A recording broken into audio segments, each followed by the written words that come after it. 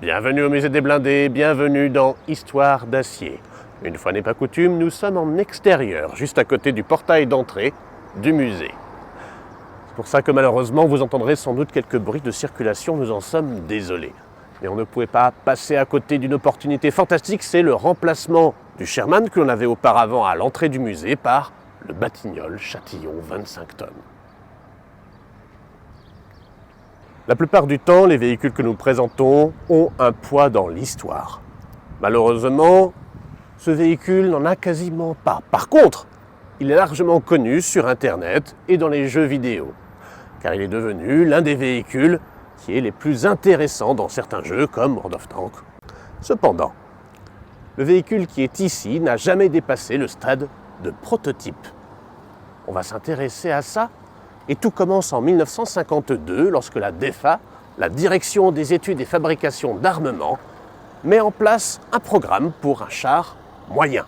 À l'époque, on recherche des chars légers, des chars lourds et on ajoute en plus un programme de chars moyens. Le but est toujours le même, relancer une fabrication de blindés français. On va s'intéresser pour commencer au moteur et au poste de pilotage. Le moteur était placé ici, derrière cette grande plaque, juste à côté du pilote. Et c'est une configuration que l'on retrouve dans un engin bien connu qu'est l'AMX-13. Il y a un lien entre les deux, et ça commence avec l'entreprise. L'entreprise Batignolles Châtillon est une entreprise nantaise. Elle a participé au programme de chars d'assaut légers. Cependant, elle a été évincée au profit de l'AMX, et c'est ainsi qu'est né l'AMX-13. Batignolles Châtillon se voit confier le projet de chars de 25 tonnes, de chars moyens.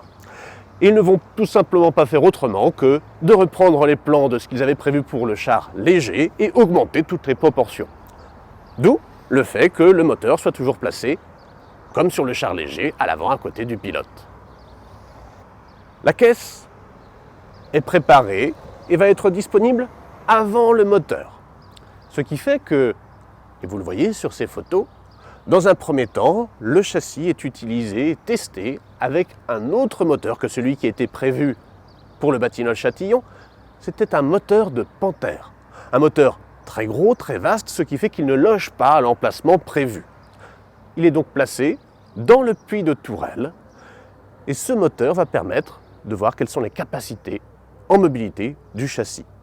Ce que vous voyez au-dessus du puits de tourelle, à la place de la tourelle, ce sont tout simplement des blocs qui servent à représenter le poids de la tourelle qui sera ensuite mise en place.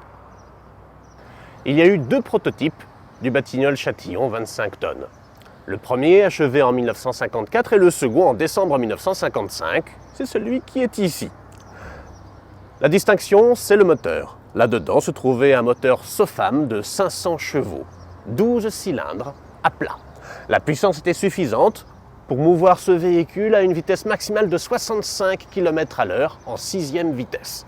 Cependant, c'est la vitesse maximale instantanée. La plupart du temps, sur route, la vitesse prévue pour ce véhicule était de 40 km/h. Son réservoir, 700 litres de carburant, devait lui donner suffisamment d'autonomie pour fonctionner pendant près de 9 heures. Le blindage maximal du Batignolles Châtillon est de 5 cm d'épaisseur. On est très loin des valeurs de la Deuxième Guerre mondiale sur un véhicule moyen, et ça pour une bonne raison, c'est que le Batignolles Châtillon n'est pas pensé pour faire du combat de contact, comme l'était le Panthère ou d'autres véhicules aussi lourds. À 25 tonnes, on parie plutôt sur la vitesse, la mobilité pour pouvoir se protéger. Le Batignolles Châtillon est doté d'une tourelle oscillante, c'est-à-dire que le canon est solidaire du haut de la tourelle. Lorsque le canon se déplace en élévation, c'est tout le haut de la tourelle qui se déplace en même temps. Cela permet d'avoir une tourelle plus réduite, plus légère, donc de rester dans les 25 tonnes prévues au programme, et ça permet aussi de mettre en place des éléments comme des chargements automatiques pour le canon. Le canon est un 90 mm. qui tire une munition qui n'est autre que la munition du Patton, le M47 qui est entré en service dans l'armée française en 1953. L'idée est d'avoir la même munition, cependant le canon est meilleur que celui du Patton, ce qui fait que le projectile est envoyé à la vitesse de 930 mètres par seconde. C'est 100 mètres par seconde de plus que le canon du M47, ce qui fait que la pénétration est plus importante pour un même projectile qui pèse tout de même 10 kg. Les munitions, il y en a dans la tourelle 16, auxquelles il faut ajouter 36 autres dans la caisse. On va maintenant parler de l'équipage. 3 hommes d'équipage se trouvent dans la tourelle. Le chef de char, juste ici, avec le plus de moyens d'observation vers l'extérieur. Juste devant lui, le tireur, avec la lunette de visée qui se trouve juste à côté du canon. Et de l'autre côté se trouve le servant, qui utilisait aussi la mitrailleuse placée en superstructure. Les commandes de rotation de la tourelle sont aux mains du tireur. C'est un système hydraulique qui pouvait être pris en priorité par le chef de char. Le Batignolles Châtillon va se retrouver dans la tourmente de la course du boulet et de la cuirasse. Rapidement, le canon de 90 mm va être vu comme trop léger et on souhaite le remplacer par un canon de 105. Problème, en 1956, la MX-13 est démontrée comme étant capable de recevoir un tel canon, ce qui fait que l'intérêt de ce véhicule décroît largement. Et pire encore, en 1956, l'État français demande un char de 30 tonnes, le futur AMX-30. Le Batignolles Châtillon 25 tonnes est encore testé jusqu'en 1957, et à partir de là, son châssis deviendra une base d'essai pour les moteurs du futur AMX-30. Mais ça, c'est une autre histoire. Voilà pour cette histoire d'acier.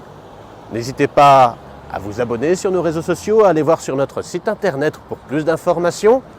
Et à bientôt dans Histoire d'acier et au Musée des Blindés.